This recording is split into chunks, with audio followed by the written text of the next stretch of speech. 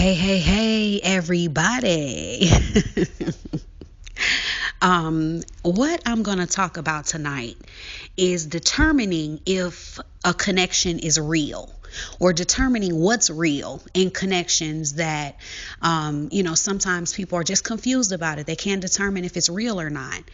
And what I have to say about that is there are some key things that have to occur before you're able to tell that. Okay, so you have to understand that even when it's not real, it's gonna feel real. I mean, that's the point. When you're trying to determine what's real, you have to understand that whether it's real or not, it's gonna feel that way.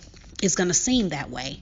But what is the determining factor? What's behind that feeling? What is behind something feeling real that isn't? And what's behind it is the motivating drive. What is driving that feeling? Okay, so when a connection isn't real, what's driving that feeling is the things that are going on in the person who's feeling them. Okay, so they think though that what's driving them is love and connection. Okay, so this is where you can have a situation where somebody feels like there's a connection there, the other person doesn't feel it. There's not a connection. Connections aren't one way. Okay. Excuse me. I've been under the weather. Okay. Yeah. So what's behind that connection is the determining factor. When a connection is real, it's not being driven. It's the connection is what's driving it, not some underlying hidden or subconscious thing that you're not aware of. So in order to determine if a situation is real, the first thing you must do is heal. Okay, so you have to heal your childhood issues. You have to heal your wounds. You have to deal with yourself. And this is why self-work is so important. Okay, I cannot stress that enough. When it comes to looking for love and relationships and happiness, self-work is vitally important. Because until you do that, you will not be able to see how those things are driving you to feel things that aren't really real. Okay. Because what happens is it's all unconscious. And the reason that it happens, these things are happening to make the unconscious conscious. So you're actually subconsciously and without your awareness, and your soul is doing this, it's going to drive you to play out and reenact situations, hopefully driving to your consciousness what was unconscious. The unhealed wound, you're going to go out and act out a pattern in order to recreate that, hopefully so that you can see it. And so if that's happening, that's going to feel real in the moment when you're in it. It's going to feel like it's something so deep and so real, because actually there is something deep about it, but it has nothing to do with you and this person.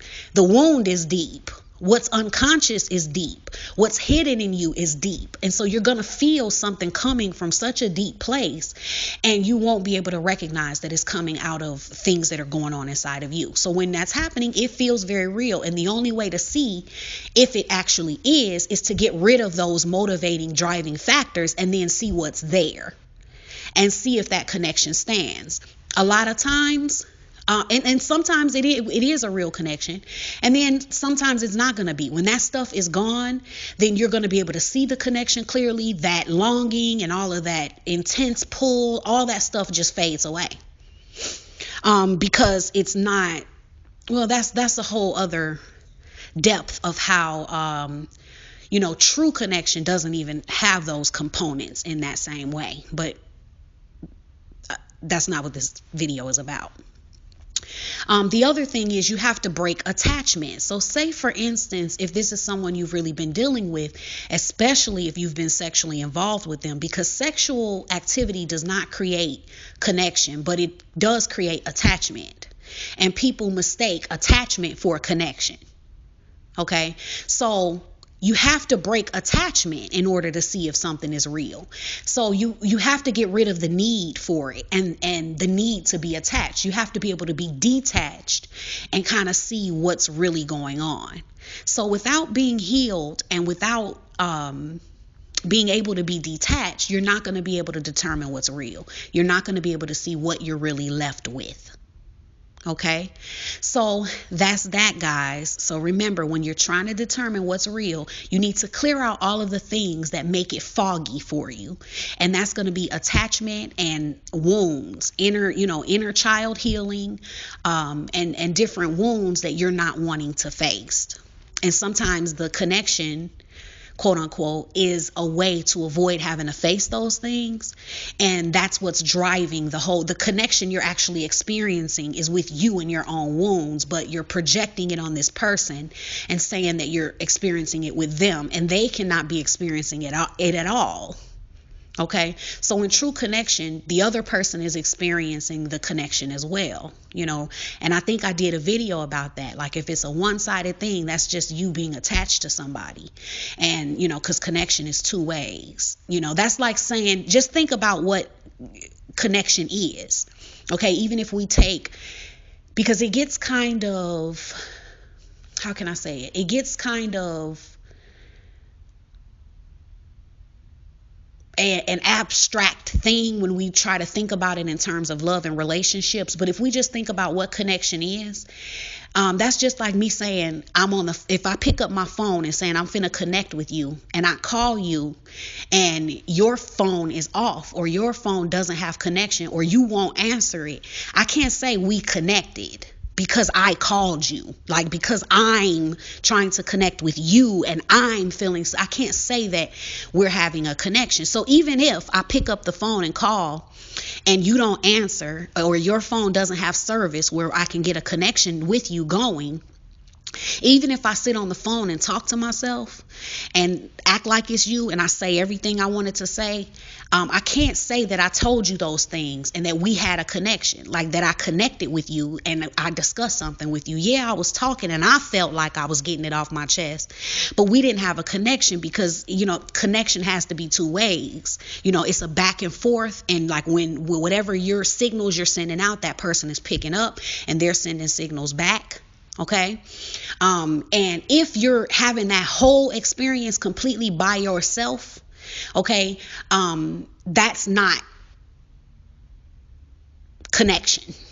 Okay. And I'll get more into that a little bit later. That is deeper healing that's needing to occur, and you're projecting it outward because you need something to play it out for you, because it's the unconscious things are trying to become conscious.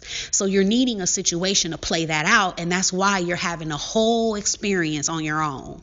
Okay, so that's that. I love you guys, and remember, that's what I created the boot camps for. Okay, I know I say that a lot, but it's because I know why I created it, and I know how many people need it, and so I just can't help but to say that, because every person who takes them really benefits from them. They get a lot of freedom, a lot of release, a lot of understanding. And it just brings a lot more clarity into their lives, and a lot more healing, and I recommend people take them in order. I created them in the order I did for a reason. And even the upcoming boot camps that are going to be coming, they're created in an order for a reason.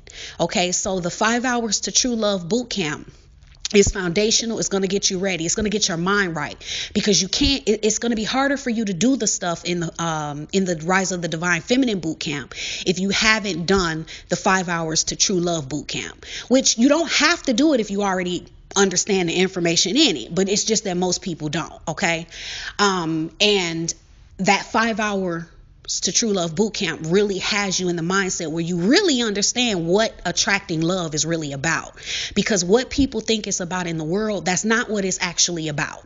The way people are telling you have to attract love, this is why it's not happening, because they're not understanding the true way that you have to the way you have to wire yourself internally if you want to attract true love. And every person who attracts true love has done this. Now, it's just that some of them are not consciously doing it. It's like by a fluke. But they're all understanding these things or acting them out in a certain way, whether they realize that that's what they're doing or not, whether they studied and came to that place, or they just got there on their own by happenstance. Okay, so that's what that boot camp helps you to do. And then what's going to happen is you're going to have the understanding. You're going to know how to prepare your life. You're going to have work to do. You're going to see exactly what you need to alter and where things were off in your life. I got a lot of people telling me after that boot camp, they were like, okay, wow, now I see exactly where I was going wrong. But what happens is, okay, a lot of people, after they take that one, then they find that, okay, I'm understanding these things, and they can do it and they go with it for a certain length of time. But if you have deeper wounds or issues, now that you've cleared the way, some of that deeper stuff is going to start coming up. Okay. And so when that deeper stuff starts coming up, then you just feel like, okay, am I just going to keep doing this? And, I'm stuck.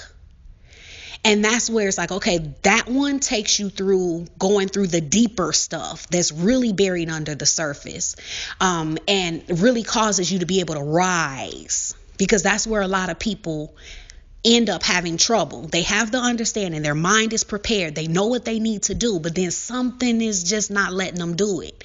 And that's what the rise of the Divine Feminine Boot Camp addresses. It addresses those things that, where you're stuck. Now, it does say the rise of the Divine Feminine Boot Camp, but males can benefit from it too. Okay. But I called it Rise of the Divine Feminine Boot Camp because it's really about healing a lot of things with the feminine energy, which is something men also end up having to do if they want to have a real meaningful connection with a woman. Okay. So that's that, guys. I love you guys. Talk to you later. Bye.